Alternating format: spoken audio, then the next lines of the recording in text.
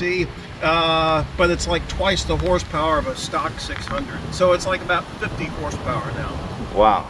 But I imagine it's still pretty quick because this car looks like it's lightweight. Yeah, I mean, it's like 1,400 pounds. I mean, you know, it's a lot faster than a stock one. A stock one, boy, in today's traffic, it was borderline dangerous, you know, driving. With this engine, you can drive in normal traffic. So what year is this car? 59.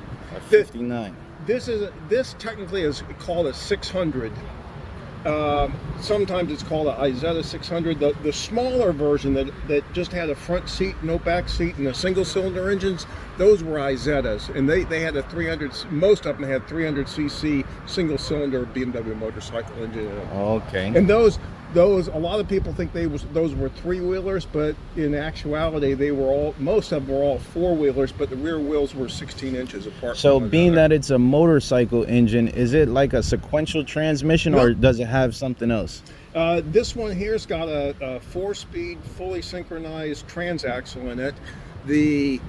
The Isettas, they had a 4-speed motorcycle transmission in them, but it still had an H pattern, but it was actually on the left-hand side. Oh, yeah, I see. Yeah.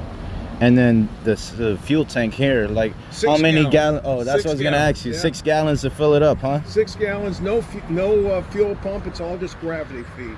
6 gallons. So that's like what, $20 or something? Yeah. And no, like old Volkswagen Beetles didn't have any a gas gauge on them. So just like on a motorcycle, you run it on main, and then when it starts to put it in reserve. There's a lever up front that's cable operates this fuel petcock here. So you switch it over to reserve, and you've got 1 more gallon to go. Cool. Yeah. So Very simple. what is the starting procedure since it's carbureted? You just turn the key? Turn the key. Yep. I mean, it's got a choke on it. There's a lever up front that you can actuate the choke with. That's pretty cool. Like, give me a little info about the front of it. This door is very unique to get in the car. Yeah, the company that came up with this design. Yeah, the company that came up with this design was ISO, an Italian company, and I don't know if there's a lot of truth to this, but you know, they were appliance manufacturer, meaning they made is it washing like machines, a refrigerator door? Exactly. So they got into, after the war, they got into the business of building scooters and small cars. So they came up with the original Isetta design, and BMW then saw that Isetta at a car show, you know, in the mid-50s, and said, you know, hey, we need something that we can sell and produce, you know, in the Munich plant. So they actually started building the Isetta under license, you know, from ISO. But the BMW one, they put the BMW motorcycle engine in it and made some improvements to it, and that was the most prolific of all of those small bubble cars. The Isetta, I think they sold 160,000 of those worldwide. Wow, that's pretty good. These though, that bubble car craze was big like in the mid 50s. It was after the war, people couldn't afford a lot, and there were probably like about 5 or 6 manufacturers. So do you know what back when it came out, like what was the sticker price on this? On this one was like $1,400. Wow. Which was the same price as the Volkswagen Beetle, and that's why this particular model didn't sell well at all. Yeah, the Beetle is pretty popular. Yeah, and 4 cylinders. It looked somewhat conventional, at least more conventional than this. Yeah, I just noticed that it's actually a 2-door. Yeah.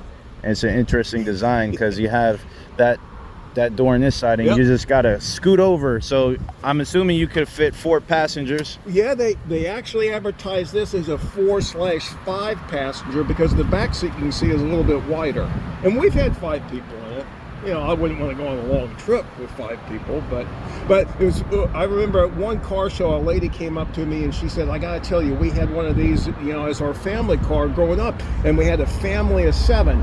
the 2 adults up there, the 3 bigger kids here, and then the 2 really small kids sat in back here facing one another in the luggage area. Wow, then it was like a clown car. Yeah. And then, you know, this folds down, you know, for more if you got to carry some stuff.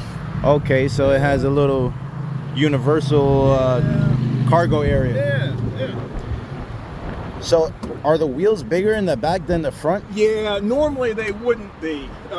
Normally it'd be 10 inches all the way around, but these are 12s from the 700, which was the successor to this model. Oh, I see. Yeah. Well, Because, and the reason I did that, the stock would have been 10-inch bias ply, and the 10-inch bias ply actually has basically the same rolling circumference as a 12-inch radial. So okay, yeah, so it doesn't screw it up. yeah, so I was losing a bit of top speed with 10s on the back, so I went with the 12, so I gained, you know, probably a good, you know, 7 or 8 miles per hour top end. Wow. Yeah. That makes sense. It's like messing with the final drive. Exactly. Yeah. Yeah. So I really appreciate you sharing with me. Yeah, thank you for sharing. And I have one special request. Yeah.